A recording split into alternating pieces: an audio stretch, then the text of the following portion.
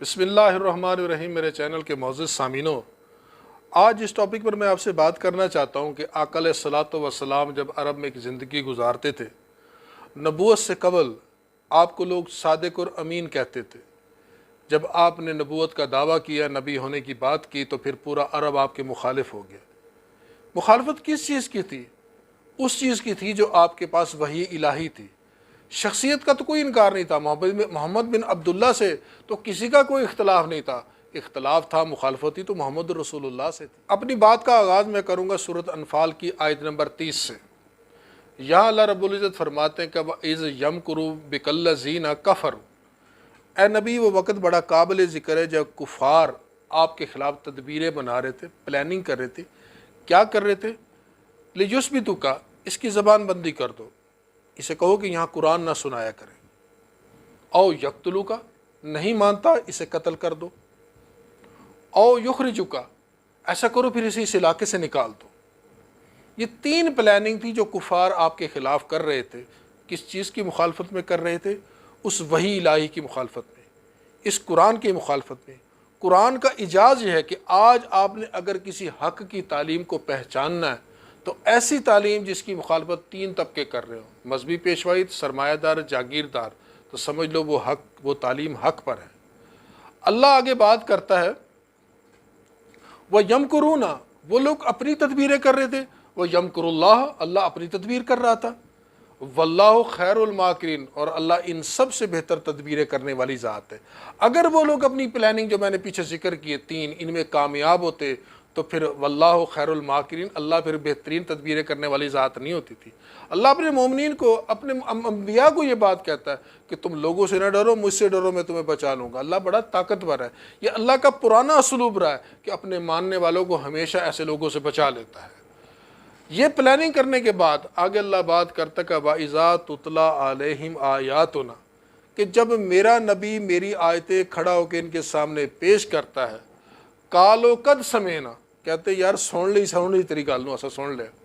لو نشاء لقلنا مثل ھذا، ہم خود چاہے اس طرح کی باتیں بنا کر لے ہیں جیسے آپ فرما رہے ہیں۔ ان ھذا الا اساطیر الاولین، یہ ہیں کیا پرانے زمانے کی قصے کہانیاں تو ہیں۔ اسی بات کو سورۃ فرقان میں بھی اللہ نے دوبارہ رپیٹ کیا ہے کہ وہ لوگ کہتے تھے کہ یہ پرانے زمانے کی قصے کہانی جو ان کا پیغمبر صبح و شام سناتا ہے۔ اس سے ایک بات ظاہر ہوتی ہے کہ آقا علیہ الصلوۃ والسلام 2 ٹائم قرآن حکیم کی درس و تدریس، تعلیم اپنے صحابہ کو دیا کرتے تھے۔ اگر آج بھی سنت کو زندہ کر دیا جائے تو یہ قرآن، یہ وحی آج بھی اس معاشرے میں انقلاب پیدا کر دیں گے۔ ہماری بربادی اور تباہی کی وجوہات یہی ہیں، جیسے علامہ اقبال نے کہا تھا، وہ معزز سے زمانے میں مسلمان ہو کر، تم خوار ہوئے ہو تار کے قرآن ہو کر۔ تو لو نشاء قلنا مثل ھذا، ہم خود چاہے اس طرح کی باتیں بنا کر لے آئیں۔ اب یہ نبی سے مخاطب ہونے کے بعد یہ قوم اللہ سے مخاطب ہوتی ہے۔ آیت نمبر 32 میں وَإِذْ قَالُوا لَهُمَّ، اللہ سے مخاطب کہتے اے اللہ، ان کان ھذا ھو الحق من عندک، یہ جو تیرا پیغمبر ہمارے سامنے کھڑے ہو کر یہ آیات جو پیش کر رہا ہے اگر واقعی تیری طرف سے حق ہے، ہم تو نہیں مان رہے اس بات کو، فَأَمْطِرْ عَلَيْنَا حِجَارَةً مِنَ السَّمَاءِ، ہم پر آسمان سے پتھروں کی بارش کر دیں۔ کتنے وہ اپنے ایمان میں پختہ تھے۔ دیکھ لیجئے ان کی کیفیت کہ تقاضا کس بات کا کر رہے ہیں اللہ سے کہ اللہ ہم تو نہیں مانتے ان باتوں کو، ایسا کرو آسمان سے ہمارے پر پتھروں کی بارش کر دو، اور وَتَيْنَا بِعَذَابٍ أَلِيمٍ، یہاں اللہ میں کوئی دردناک عذاب ہی دے دے، کوئی ایسی تکلیف میں مبتلا کر دے کہ ہمیں پتہ چلے کہ واقعی تیری طرف سے حق ہے۔ وَمَا كَانَ اللَّهُ لِيُعَذِّبَهُمْ وَأَنْتَ فِيهِمْ، اللہ اپنے پیغمبر سے کہتے کہ اے نبی میں انہیں عذاب اس لیے نہیں دے سکتا کہ آپ کی ذات بیچ میں کھڑی، آپ بھی تو وہیں کھڑے تھے۔ وَمَا كَانَ اللَّهُ مُعَذِّبَهُمْ، اللہ اس قوم پر اس وقت تک عذاب نہیں بھیجتا، وَهُمْ يَسْتَغْفِرُونَ، جب تک اس قوم کے اندر استغفار کرنے والے، اللہ سے مدد مانگنے والے، پناہ مانگنے والے جب لوگ موجود ہوتے ہیں نا، ان کی وجہ سے اس بستی پر، اس قوم پر پھر اللہ کے عذاب نہیں آیا کرتے۔ وَمَا لَهُمْ أَلَا يُعَذِّبُهُمُ اللَّهُ، یہ ہو نہیں سکتا کہ اللہ انہیں عذاب نہیں دے گا، اللہ ضرور دے گا۔ یہ اپنی بدعمالیوں سے کبھی نہیں بچ سکتے۔ وَهُمْ يُصَدُّونَ عَنِ الْمَسْجِدِ الْحَرَامِ، یہ ایسے لوگ ہیں جو لوگوں کو مسجد حرام سے روکتے ہیں۔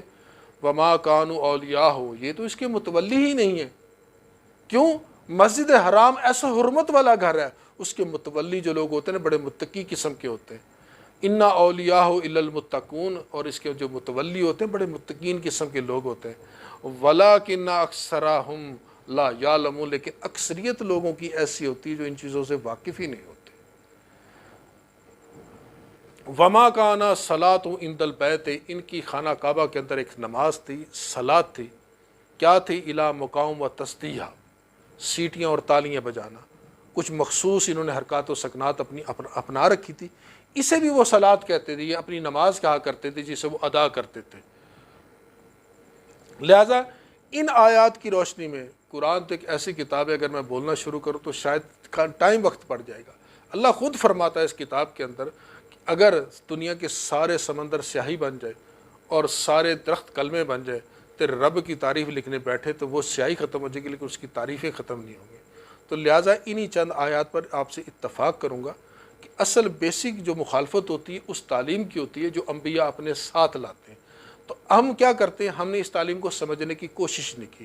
تو میری آپ سے التجا ہے، ریکویسٹ ہے کہ اس وحی الہی کو ضرور سمجھیے گا، اس کے مطابق زندگی گزار کر دیکھیے گا، پھر ہم کامیاب ہوں گے، ادروائز کامیابی ہمیں نہیں ملے گی۔ ہم وہی ہیں خوار ہو رہے ہیں تار کے قرآن ہو کر۔ پریکٹیکلی طور پر یہ کتاب ہمیں فعال نہیں بنا سکی، ہم نے خود سے چھوڑ دیا، لہٰذا اس کتاب کو سمجھی، اس کے مطابق زندگی گزاری، فلاح ہی فلاح ہے۔ انہی الفاظ کے ساتھ آپ سے اجازت چاہوں گا، پھر ملیں گے کسی نئے ٹاپک کے ساتھ۔